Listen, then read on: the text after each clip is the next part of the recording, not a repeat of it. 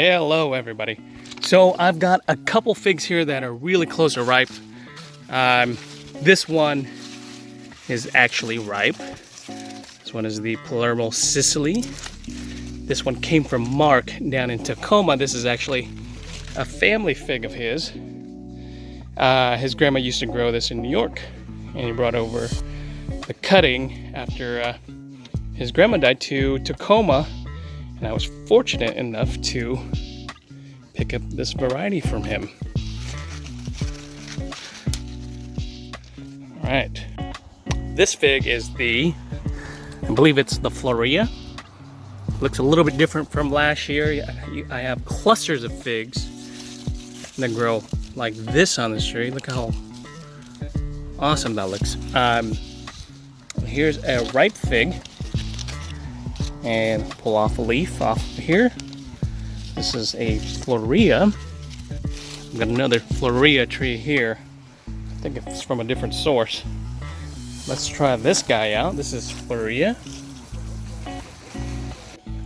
And here is the third tree for today. This one is a Kathleen's Black. You can see some figs on this tree, and also some ripe ones right here. I'm gonna pick this little guy off. It's not that big, but I know from last year this is kind of a more caramel tasting type of fig. You know, there's bigger ones on here, obviously, but those aren't ripe. So let's pick this guy and try him out. All right, so I have three different figs today. This is the Kathleen's Black, Florea, and the Palermo Sicily fig. So we'll do taste tests on these three today, give them reviews, see how they taste this year compared to last. Okay, and as usual, let's give everybody here the old weight test. Wow, Kathleen's Black, tiny, under 12 grams. Here's the Florea.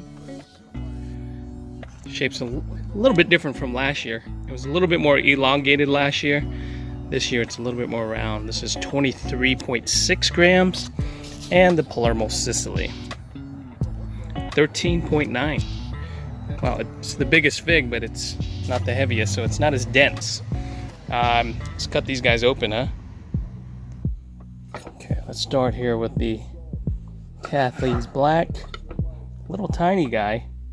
These guys are actually pretty small figs compared to some of the larger Brevas that I've had this year. Hopefully they pack good flavor punch versus being small and no good.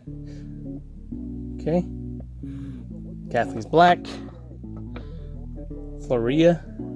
This one's got a little bit more of an amber pulp, some tinges of pink, and the Palermo Sicily looks a little dry, honestly. This is probably why it's light.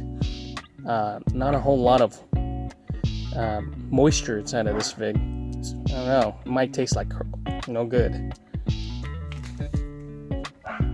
The dog barking in the background, but I'm ready to eat these guys. Let's start with what I would believe is the worst looking fig of the bunch. This is the Palermo Sicily. Actually doesn't look properly ripe. I'm not sure what went wrong here, but let's give it a try anyways.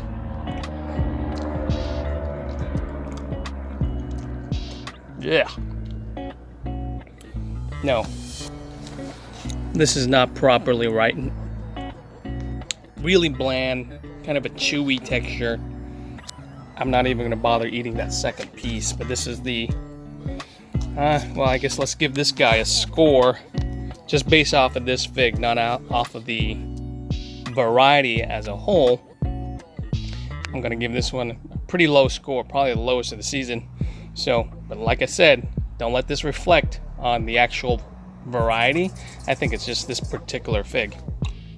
Okay, let's try the Florea. Florea.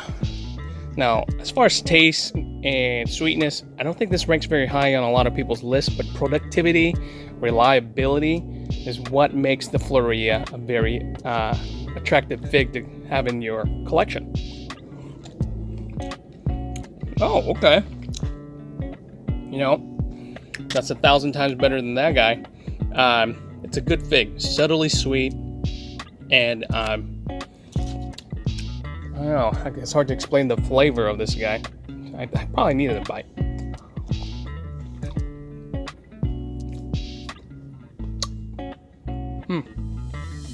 It's got kind of a syrupy sweetness, not super sweet, but tasty.